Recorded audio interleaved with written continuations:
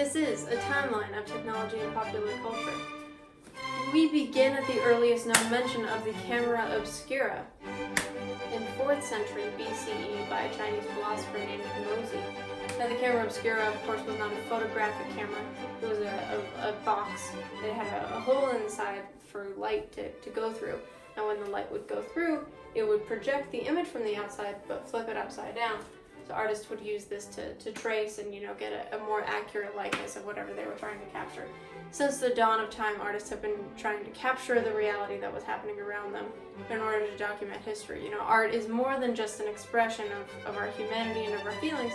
It's also a way of recording history and recording events. And throughout time and throughout history, we've been trying to come up with more efficient ways and more accurate ways to capture that reality and to capture the likeness of what's happening around us. So in 1826 AD, Joseph Nicephore Niepce took the first ever photograph. This is a big step in accurately capturing the reality around us, accurately documenting things. There's nothing subjective about this piece, about this photograph. It's simply what you see with your eyes, as opposed to art where when you record it, it has to be subjective. But the camera has no bias. The camera has no opinions. It's just a photograph. It's simply what we see. Now, this is just one photograph. We jump forward to 1839 when the first camera developed for commercial manufacture, my apologies, is debuted. It is created by a man by the name of Louis-Jacques Daguerre. The camera is called the daguerreotype in his name. Now this camera, it's not just in the works anymore. This is available to the public. Now the camera, this changes the way that we record historical events.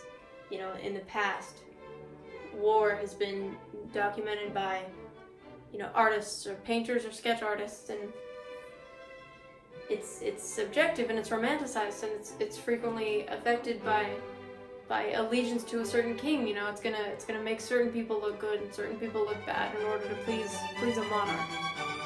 But now that we have this photography, this photographic technology, the documentation is no longer subjective, and we see that in the first war to be photographically documented.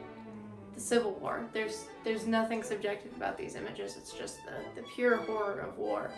So we can now document and inform the public in ways that unprecedented.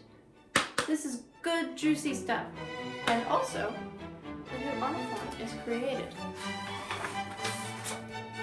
We now take a brief recess from the history of the camera and begin to discuss recorded sound.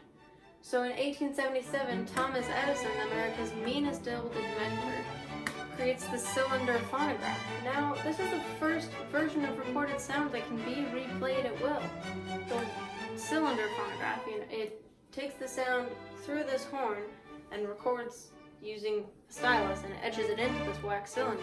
At first it was actually a cylinder wrapped in tinfoil, but wax worked better, so that's what became more commonly used. Now, cylinders are kind of clunky, so thankfully Emil Berliner came along and was like, let's go for a disc. So now we have the Berliner gramophone, or disc phonograph, in 1887 AD. So now, sleek, it's nice, it's simple. 1906 AD, the Victrola is debuted. This is a home gramophone. It is a major step in making recorded music ubiquitous in the homes of every American. Of course, not every American could afford a Victrola, so we're not there quite yet as far as the ubiquitousness of recorded music. But we're stepping towards, you don't just have to be a musician. You don't have to have a musician in your family. You don't have to have an instrument in your home in order to listen to the music. In the past, you could only hear certain music if you could buy the tickets to go see it. Or in very old times, you had to be in the right place at the right time in order to catch your bard playing his funny little tunes. But now, anyone with enough money for Victrola and a couple records can have background music to their evening dinner. Stepping back to the motion picture camera, rewinding a few years, Thomas Edison is like, okay, we got the phonograph, that's great. I want motion picture. So he commissions one of his assistants, an employee at Edison Laboratories, Laurie Dixon, to create a motion picture camera. Now, in 1893, Dixon does just that, and thus we have the kinetograph. The kinetograph is successfully demonstrated in 1893, and it is a motion picture camera. It captures a motion picture.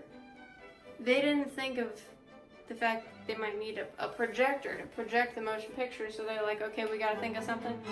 So we have the kinetoscope, which is really just an odd and clunky device.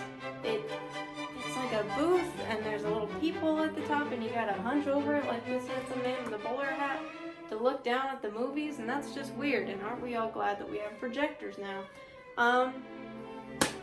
Notice how I did not say that this was the first motion picture camera successfully demonstrated, because several years before Thomas Edison successfully demonstrated his motion picture camera, Louis the Prince across the sea in France had already successfully demonstrated his, and had patented it in 2 countries in Europe, and was on his way to successfully demonstrate it in New York and have gained a US patent.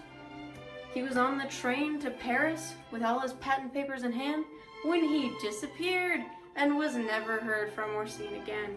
Am I saying that Thomas Edison murked him? No. Well, yes, I am, but that's not important right now. Because now we have motion picture cameras. We've got movies, baby!